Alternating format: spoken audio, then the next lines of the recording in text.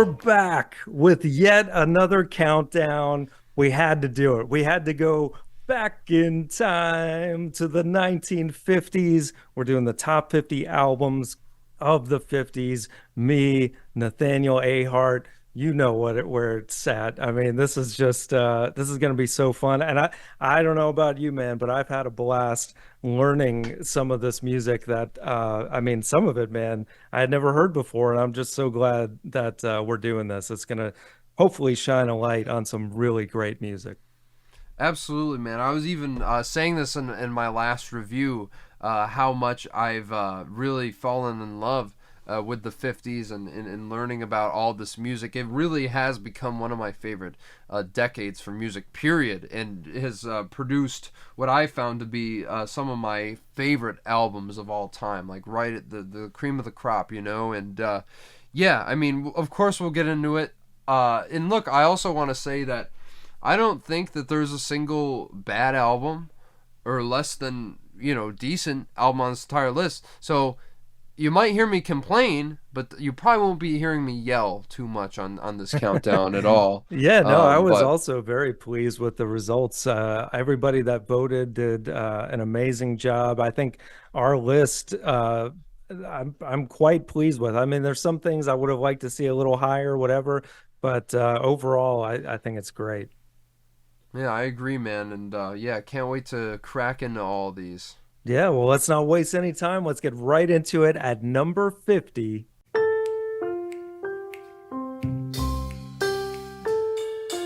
Kicking off the list at number 50, we have Relaxing with the Miles Davis Quintet. Of course, Miles Davis to kick off the top 50 albums of the 50s. Very fitting, you could say. And yeah, this is honestly very perfectly placed. I had this at 49 on my list. So to see it at number 50, I'm like, yeah, I mean, you couldn't do better than that, right? And I think obviously this is one of the four sessions that took place in 1956 with the classic lineup of the Miles Davis Quintet featuring Miles Davis on trumpet, John Coltrane on alto saxophone, Red Garland on piano, Paul Chambers on bass, and Philly Joe Jones on drums. And obviously came out in 1958, but still, you can definitely see the lineage between something like Round About Midnight, which I will say this almost feels like a slightly lesser version of Round About Midnight, but even then it's still great. Especially that opening track, If I Were a Bell, with like the bell noises and like the snapping. It's just so great and really kicks you off at a breakneck pace. I mean, you've heard these players many times before. They're some of the best to ever do it. And I think, yet again, I'd say Red Garland's piano solos on this absolutely rip. One of maybe my favorite jazz pianists, though, Monk. You got to throw him in the conversation as well. So many beautiful tracks like You're My Everything. I think that's one of the best ballads ever put to any Miles Davis record. I think Woody and You is a really fun title and also just a really, really great song overall. Now, John, I want to ask you this because one of my issues with the album, I don't know if it is an actual issue or if it's something that was just on my end. But I listened to this on Amazon Music, so I don't know what this says about me.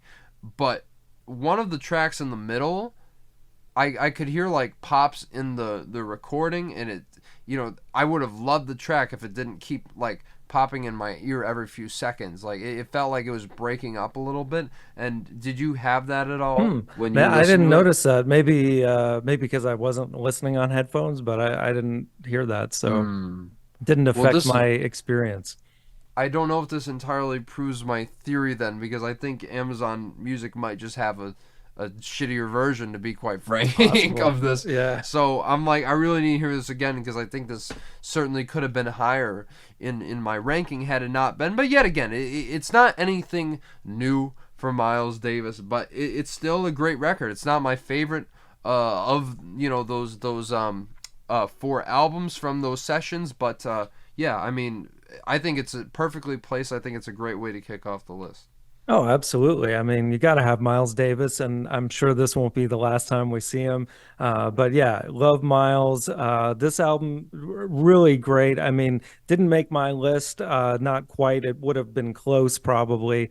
Um, but yeah, I mean, there's so many Miles albums to choose from, and I'm glad at least we did get the Miles Davis quintet on here Hmm. in some form because yeah, all these guys, and you're going to see a couple of these names pop up again for sure. Coltrane, of course, Paul Chambers, obviously, but yeah, Miles Davis, man. I mean, just the coolest of all time in many different aspects. But his trumpet playing, it's like it's him immediately, and Hmm.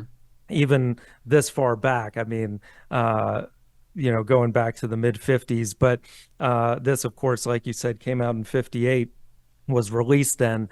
But yeah, I think it's very fitting that he would kick off this list because we're going to see a lot of jazz here and a lot of great jazz at that. And yeah, I think it's a great start to the list. Absolutely, man, and can't wait for all the jazz to come. You could say. Mhm. Yes, indeed. So now that'll take us to number 49. Some glad morning. Gospel Train by Sister Rosetta Tharpe from 1956.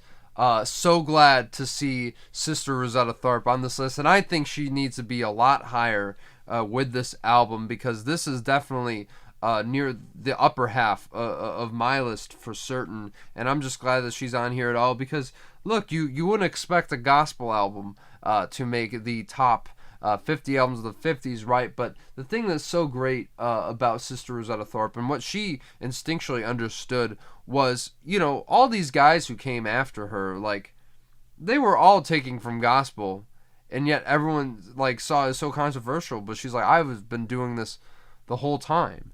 And I think what really sets these songs apart, first off, is her incredibly powerful voice. I mean, you listen to her sing, like, even though she might articulate things in a way that's kind of like uh talks, like speaking, singing sort of way, Hmm. the clarity and purity of those notes are insane. Like, I think she was one of the greatest vocalists of all time. I don't think that's a hard argument to go against. Um and even so, I mean, just her guitar playing is absolutely insane. And I hate to bring up this publication because I don't really give them much credibility, but it is interesting looking at the stuff.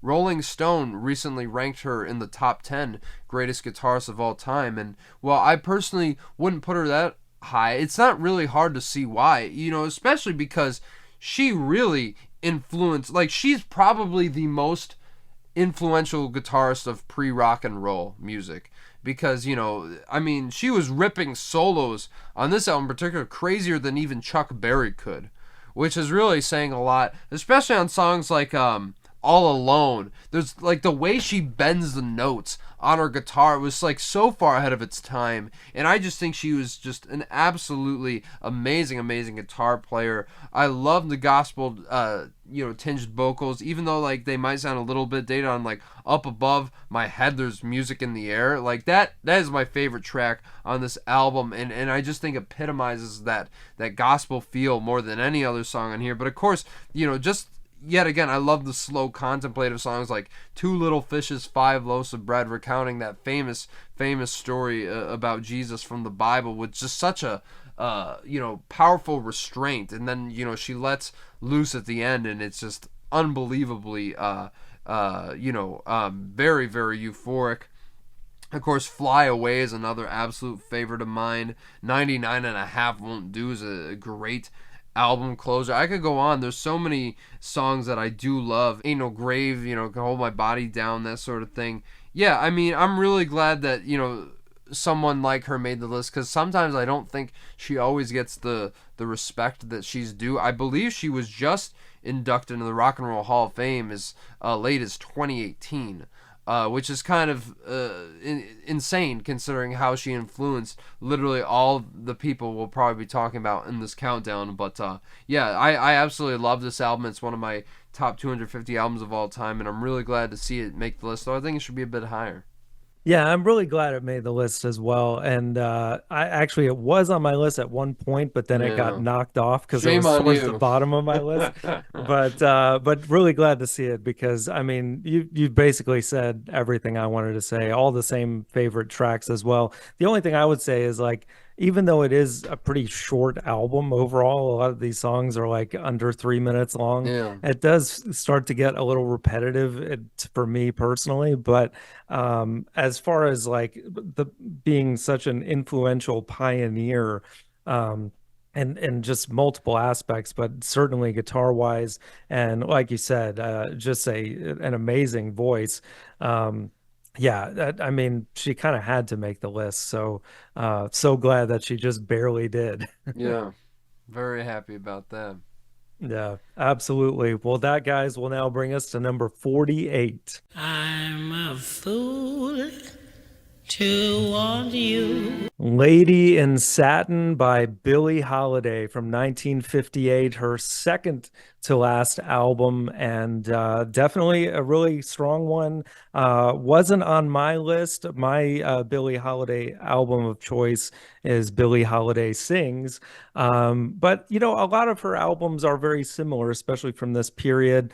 A lot of slower songs. Billie Holiday also, I feel she's got a great voice and you know it's her instantly. Like no one else sounds like her, but maybe to a fault sometimes. Like a lot of her songs can be I would say depressing, which you know sometimes works to her strength. But for me, this album is a little just feels a little long for that reason.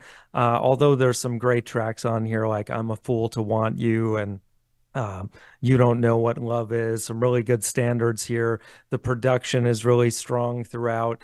But yeah, I mean, Billie Holiday, man, what an icon. It's great that we're having another just amazing female artist who, man, I mean, just to think all the things that she went through to become an artist. And, you know, she came on the scene much earlier in the 1930s. So obviously she had amazing staying power in jazz music and just one that as we're seeing films continue to be made about her and just so many re-releases of her music and some just amazing songs through that stand the test of time like Strange Fruit, which of course is not on this record, but yeah, great to see Billie Holiday make the list and yeah, what do you think, man? Well, I'll say, I mean, talk about someone who got screwed over by the U.S. government. I mean, my Yeah, goodness, her life yeah, is like so tragic. And what I will give this album, I mean, this was like at the tail end of her life, and you yeah, just hear her voice so ravaged by like everything, and that in itself is depressing to listen to. Now, sure. I wouldn't necessarily say that's much of a criticism. For me, because I mean I'm cool with the consistency there, but I love songs like "I'm a Fool to Want You" and "I Get Along Without You" very well. Great interpretations. I think her gravelly, world weary voice really adds to the pain in those songs. But to be honest, I think this album's kind of boring. Like I really do, and it's just and yet again, I mean, I hate to say this because I know everything she was going through at that time, undeservedly so, and she had her own demons with alcoholism and drug abuse, and it really obviously had an effect on her voice, but it doesn't make it the most engaging listen for me. I know some people love that, but I really don't get it to that extent. Like I just feel like by the end of this 44-minute runtime, it's just a little much, and it just Yeah. kind of makes me a bit disinterested, if I had to say. And I love some other, like I love her the compilation album from 47. I think is really great, and I really do like Billie Holiday Sings as well. Didn't make my list, but neither did this. I mean, great to see Billie Holiday represented.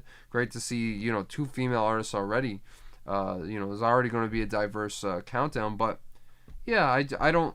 I know this is a beloved record, but I wouldn't put it on the list personally. Yeah, I don't blame you. Yeah, it didn't make mine, but No. yeah, like you said, great to see her represented in some form on the list. So that will now bring us to number 47.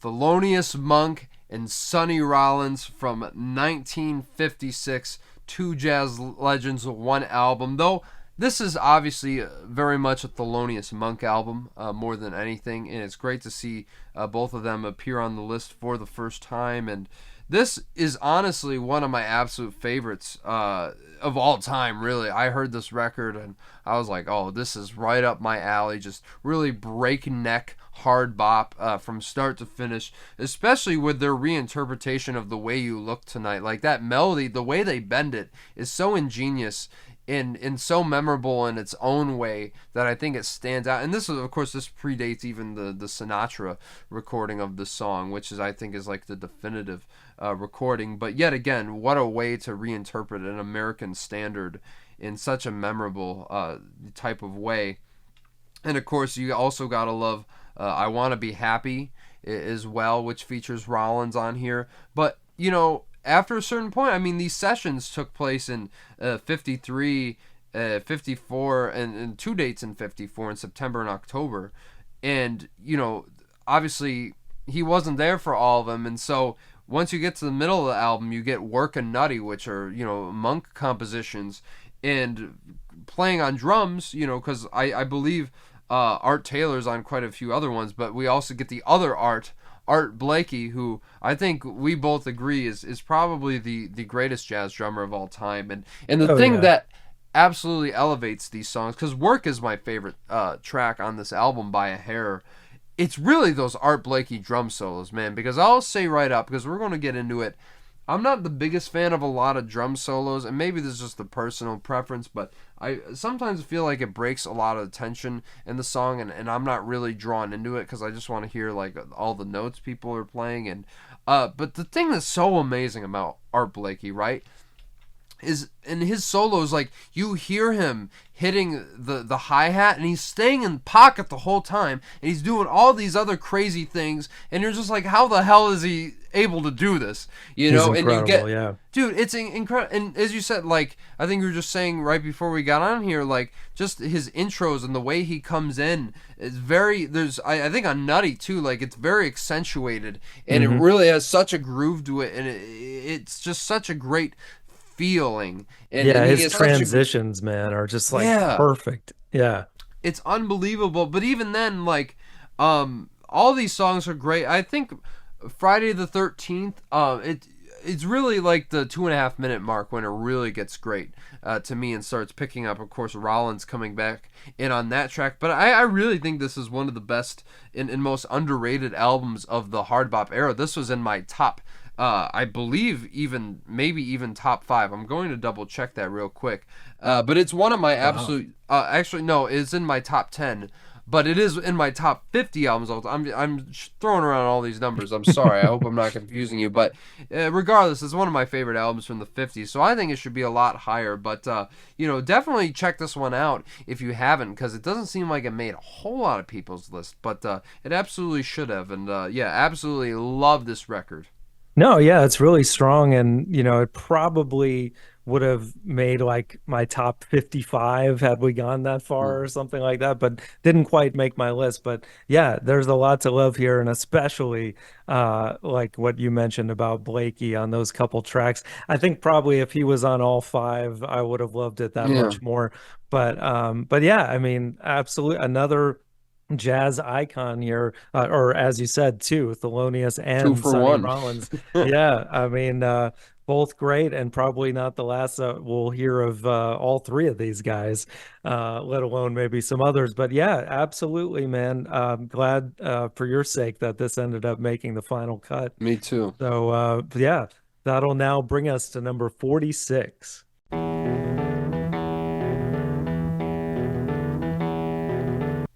What I'd Say by Ray Charles from 1959. Yes, gotta have Ray on the list. And quite honestly, this should be much higher. I mean, this was in my top 10. So we're flipping the tables here. But yeah, man, many would say like me, this is his best work, and that's saying something because Ray had some amazing albums, not just in the 50s, but beyond. But just for the title opening track, What I Say alone, I mean, this just like encapsulates not just the 50s to me, but rock and roll, like the spirit of it, mixing, soul with that kind of Latin flavored drum, which is fantastic throughout it. The background singers, the just very not even subliminal, it's just full on sexual lyrics, no innuendos here whatsoever,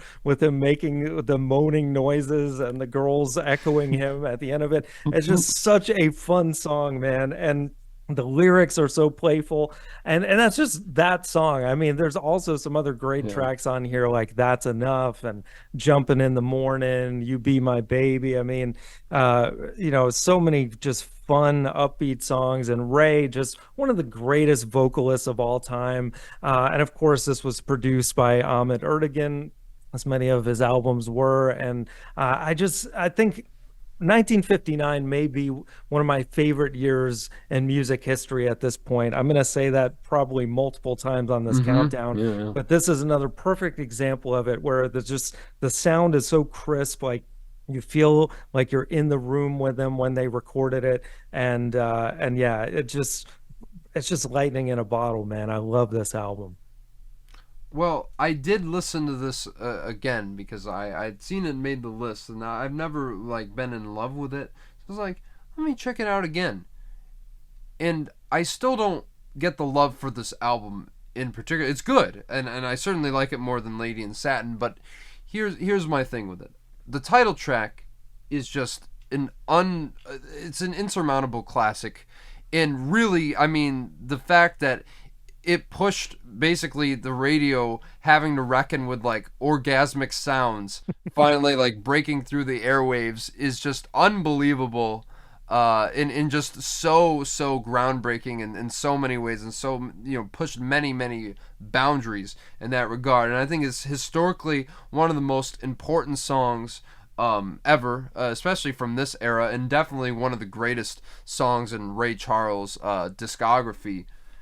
And look, I mean, I love Jumping in the Morning as well, that 1-2 punch right at the beginning of this record.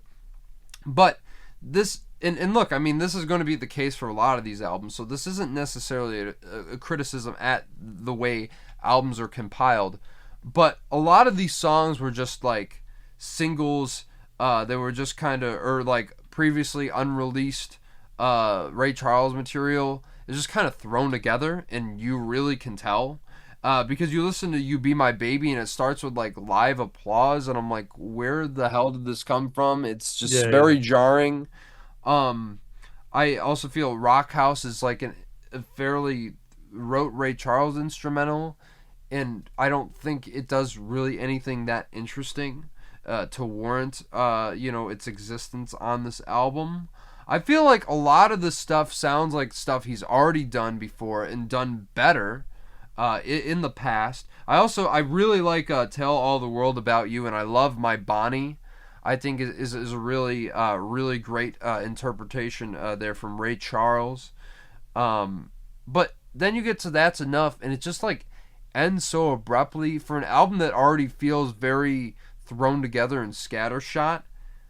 It really kind of underwhelmed. It's good. It's a good album, but I wouldn't put it on the list personally. So this might be one of the biggest disagreements we'll have this entire countdown. But I just don't really see this. No, as I get an what you're album, saying. Like I won't fight you about those. I mean, those pretty much facts that you listed there.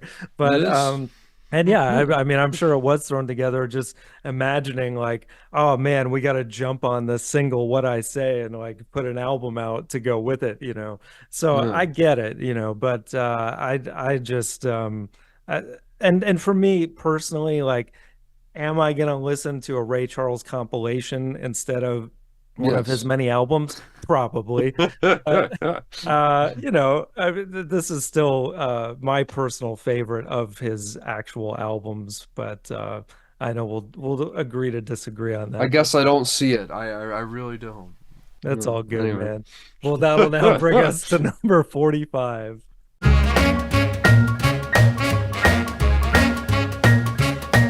Rock and Roll by Big Joe Turner from 1957. So glad to see Big Joe on the list. Absolutely. This is one of those artists that I had heard the name. As a matter of fact, I know where I first heard it, which in one of Bob Dylan's songs on Love and Theft. He's just mentioned somewhere in there, I believe.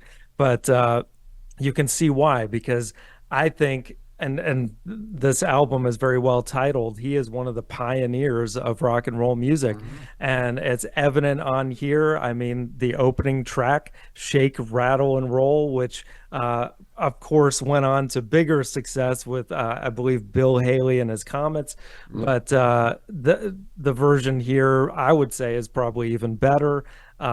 Big Joe, just what I love his name too, because it just perfectly suits him. He's just got that big boisterous voice, and it's just so fun, man. I love in his music, it just feels like you're walking into a club and just hearing this big thrash band just fill the room with this joyous music, like Shake, Rattle, and Roll, like Feeling Happy. The Chicken and the Hawk is such a fun song. Boogie Woogie Country Girl. I mean, just I could go on and on. Midnight Special Train, another track that you would hear different kinds of versions of this later on.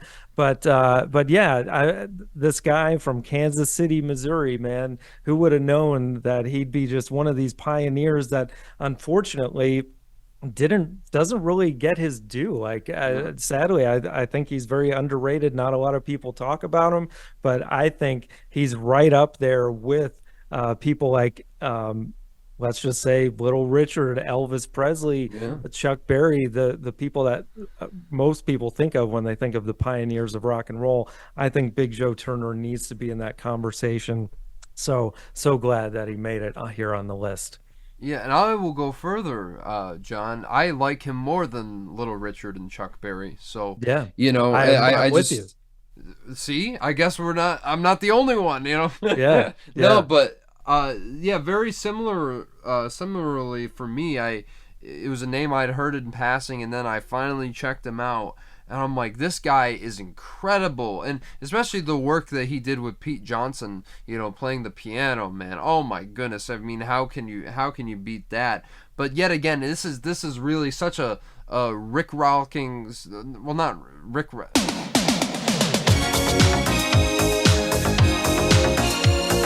Anyway, it's just the stomping time from start to finish. The whole first half of this album, I'd say from Shake, Rattle, and Roll all the way through Boogie Woogie Country Girl, is absolutely flawless. One of the best A-sides to any rock and roll record from the 1950s. And of course, my favorite song is firstly The Chicken and the Hawk, Up and Away, just the up and away, and also the thing that's amazing about Big Joe Turner is that bridge between swing and jazz and of course rock and roll. It's really the epitome of that style more than anything. And I absolutely love, all those the way songs. The horns all play in unison as well. Yeah. Like all their songs. That's the coolest thing, man. It's so great. And it's so crisp. Like you said, it's very precise. Though I think as it goes on a little bit further, like when you get to Honey Hush, I mean, he's basically talking about like assaulting his wife with a baseball bat, and that's when I start to check out a little bit. Yeah. And also, I think the second half, there's some pretty dated backing vocals, and I think it just slows down a bit. But there's a lot of great songs on the second half too, like Crawdad Hole and Sweet 16. I think is a beautiful, beautiful ballad. And I think that this was number 43 on my list. So you could also say that I think this is pretty perfectly placed, but just that first half alone is like one of if we're just at first half, it's like one of the best albums of all time. I would even go as far to say. So yeah, I'm a big fan of this record, and I'm really happy that it made the list, because I don't think many people have heard this one either, and I think everyone should check this out as soon as they can. One of those forgotten gems, as I think Joe Turner, I mean, inducted into the Rock and Roll Hall of Fame the second year they existed, but often goes overlooked when talked about with all the greats, and I don't think this should be the case either. Yeah. This actually was only number 50 on my list, but again, Wow. I can't say enough. I mean, I totally am in agreement with you. I mean, this is a true great one. So, and he has some other great ones as well. So we'll see if they make it also later on. But for now, we will take you to number 44.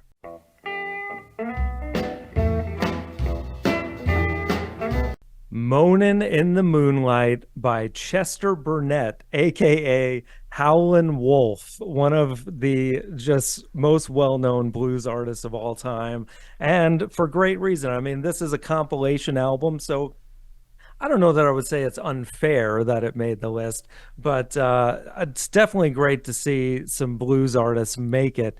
I was sad to see some other artists. I'm just going to say John Lee Hooker didn't quite make it. I was sad about that. But so in his place, I'm glad to see Howlin' Wolf here. I mean, songs like Smokestack Lightning, absolute classic that you got to have. Moanin' at Midnight, How Many More Years?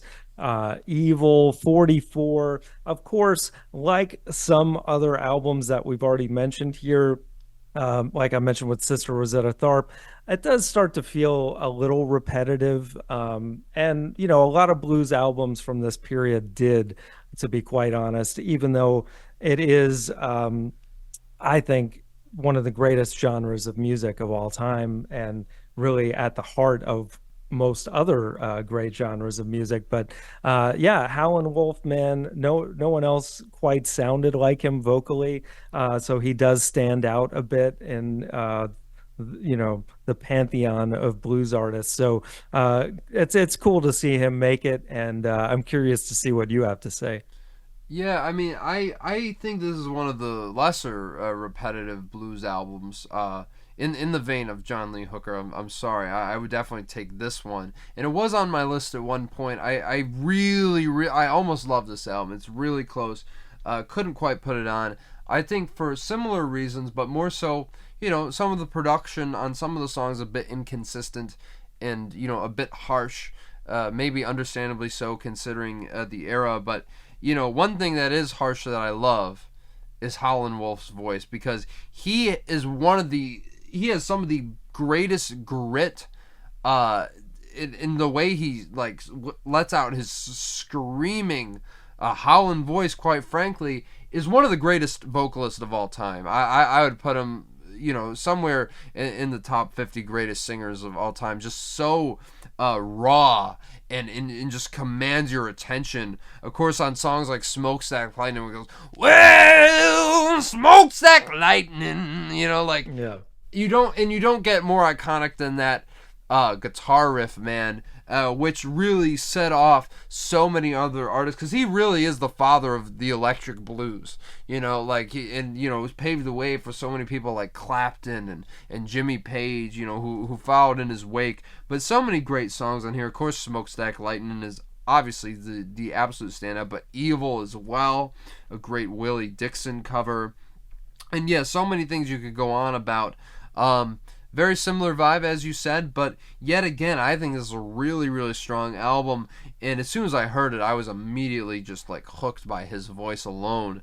And yet again, the guitar playing as well. A very, very well, of course, Willie Johnson playing guitar, but Howlin' Wolf and his harmonica, that's a trademark. When you think of the best harmonica players, he usually comes to mind. And yeah, this is a really good record. Didn't make my list, but I certainly can see why it made a lot of other people's lists, and I'm glad to see Howlin' Wolf on this countdown at the very least. Yeah, absolutely. This was toward the bottom of my list, but it was there, so I think it's at a perfect spot. So that will now bring us to number 43.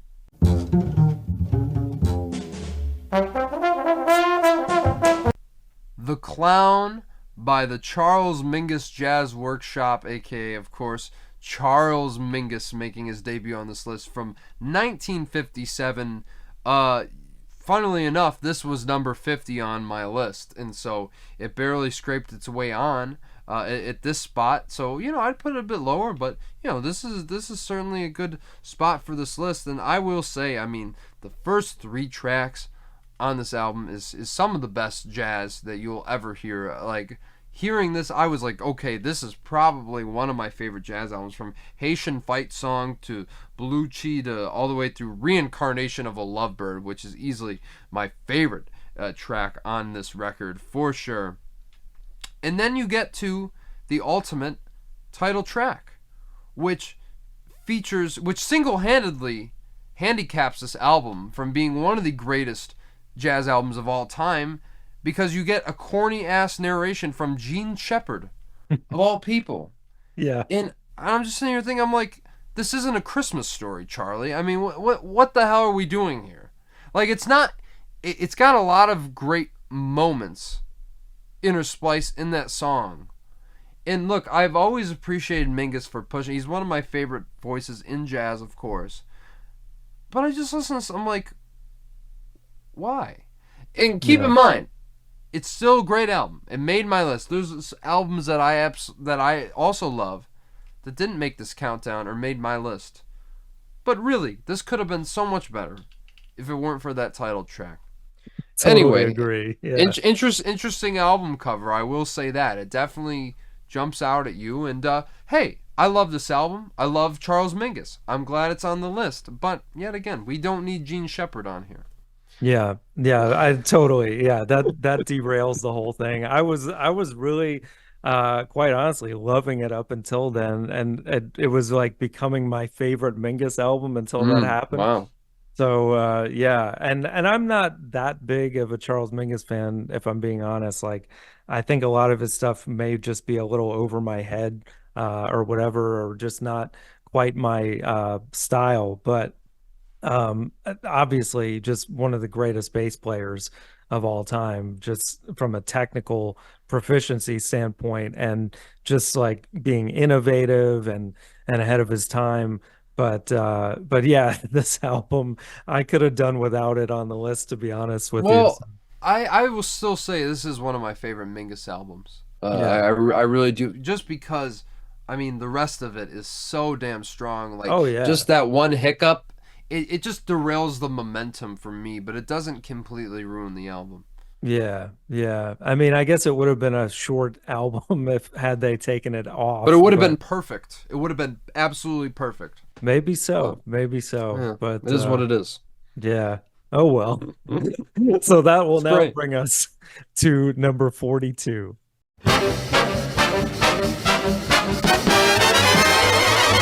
The Atomic Mr. Basie, originally called Basie, also known as E=MC², by Count Basie and his orchestra.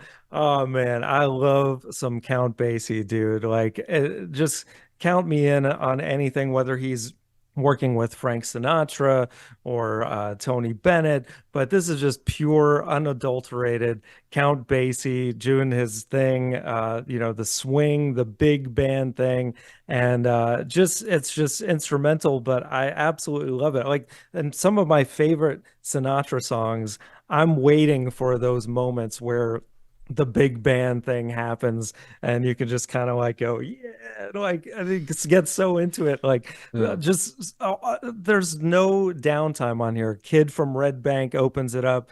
Then you go into Duet and After Supper, Flight of the Foo Birds, like, just some of these ridiculous names. It doesn't matter, man. It's all great. It's all splanky. If that's a word, that's one of the song titles as well. Yeah, it's great, man. And this album actually won Best Jazz Performance at the first annual Grammy Awards, which I think is a pretty cool feat right there. But yeah, man, it's one of these albums that I was like, I didn't realize it existed, and when I realized it did, I knew who Count Basie was. I was like, Oh man, this has got to be good. And boy did it deliver. This is actually in my top 10 of the 50s. So Wow. surprised, well, not that surprised to see it this low because a lot of people may not appreciate him as much as I do, but yeah, glad to see this made the list nonetheless.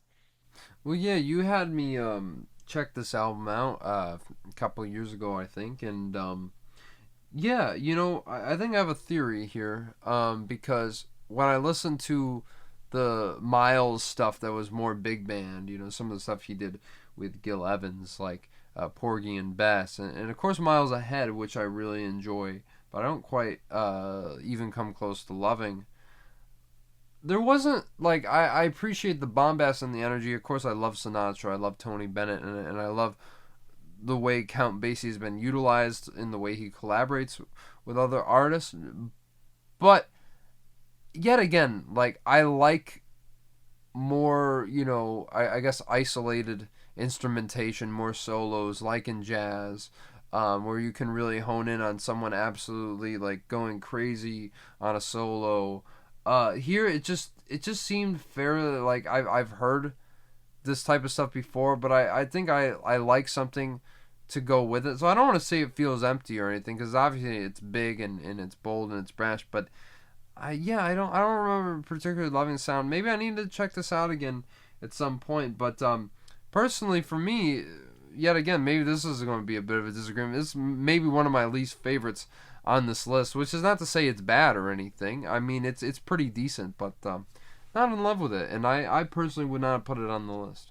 Yeah, that's fair enough. I mean, that it may not be your cup of tea necessarily, Maybe. like, but yeah, I think when swing music is really good, it just gets me going, man. There's just like this Right. just pure, unadulterated joy to it that I love, and so, this I could say the same. Like the clown was my least favorite on this episode, so Well, I'll say this though. Well, also this was my 50, so maybe there's a bit of a disparity in like how we've ranked it. But sure, with swing music, I mean, we'll get into it later in the countdown, but there's a lot of like swing music that's kind of like focused on a vocalist that I love more than sure. anything. So I'm kind of with you halfway there, but I yeah. get you. Yeah, that's cool, man. I totally can take the hit on that.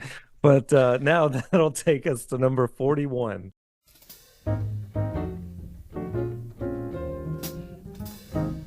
Ella and Louie from 1956 by, of course, Ella Fitzgerald and Louis Armstrong. The duo albums, the end all duo albums, though not my favorite perhaps when it comes to that. But regardless, I mean, this is an album that certainly was on my list. I think at a very similar spot. Let me double check that, because I believe that it was actually at number 46. So maybe I'd have this a bit lower, but I think this is a very good spot for this record.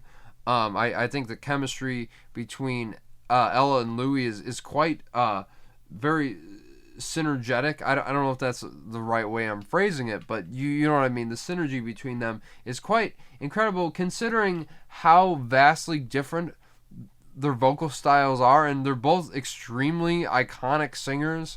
But yet again, it just works, and it just feels right. That gravelly voice from Louis, that vibrato that lingers on into the point where it's almost going down his throat, mixed with Ella's like perfect vocals to match, create some really great contrast in these ballads here. Can't We Be Friends, of course, a great way to kick this thing off. Moonlight in Vermont is so beautiful. Of course, whenever Louis Armstrong, old Satchmo, gets on that trumpet, man, it is just absolutely astounding and earth shattering. Of course, so many great interpretations of these classic songs, like Tenderly, A Foggy Day is one of my absolute favorites. But to me, the absolute pinnacle of probably what they both recorded together is their version of Cheek to Cheek. Yet again, another song from, another Fred Astaire and Ginger Rogers picture, that we're talking about, of course, after The Way You Look Tonight. But this really is just, the arrangements on this thing are crazy. The way they're jumping between keys, their vocal chemistry is just impeccable. Yet again, it has all the right amount of restraint and bombast when needed. It's just a great cover of an already iconic song, and I think that might end up being one of the best versions of that song, period. And I mean, how can you not love Ella Fitzgerald and Louis Armstrong, especially Ella Fitzgerald? I mean, one of the greatest artists of all time, but Louis is a musical icon like no other, who's been around longer than any of the people on this list. And I'm really glad to see them represented, though I personally think Ella and Louis again is a far superior album, which I wish made the list, because that was like in my top 15. But still glad to see them represented in some way, because this was on my list and it's a great record. Yeah, absolutely love both Ella and Louis, together and separately. Louis, I mean, what can you say? You said it all. I mean, just one of the most iconic voices in all of music history. His trumpet playing also not too shabby, although, this was getting later in his years. But yeah, Ella Fitzgerald, man, just one of the best to ever do it. And yeah, the chemistry that they have, you could feel it on these songs. And all the songs you mentioned, also April in Paris, a lovely ballad that have been done many different times by different artists. But yeah, there was definitely something special here, and obviously that's why they did it again afterwards. But yeah, it's great to see this make the list. This was actually at my number 50 spot for a while, but got kind of kicked off when I heard a few other things that shifted some things down on my list. So it didn't quite make mine, but I definitely understand why it made our list. It's just, many would see it as a timeless classic. So yeah, man, great first episode, man. I think just these 10, nothing really terrible thus far. No, I mean, no. and in comparison with doing the top 100 of the 21st century, man, this is just like total opposite for me. It's This much is better. great. A lot Yeah. less disagreement Yeah. and yelling Definitely. too.